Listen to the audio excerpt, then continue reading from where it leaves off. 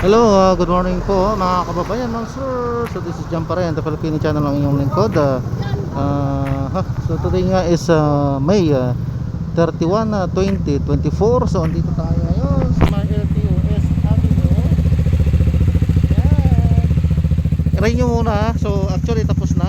Katatapos lang natin. So mabilis lang. Mabilis lang. Nasa 2 hours lang tayo nag-antay. At natapos na lahat-lahat.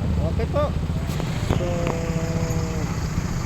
maraming salamat po sa panonood. Hanggang sa muli, ingat at God bless po everyone. Paalam po muna pansamantala at tayo ay maghahanap buhay na muna. Back to duty, sabi nga nila. So tapos na rin po natin yung ating pagre-renew ng ating motor siklo. Okay. LTO ano na to? East Avenue sa main po to. Hindi tayo pwede magpicture doon sa loob, bawal. Okay po, so ingat po, God bless po.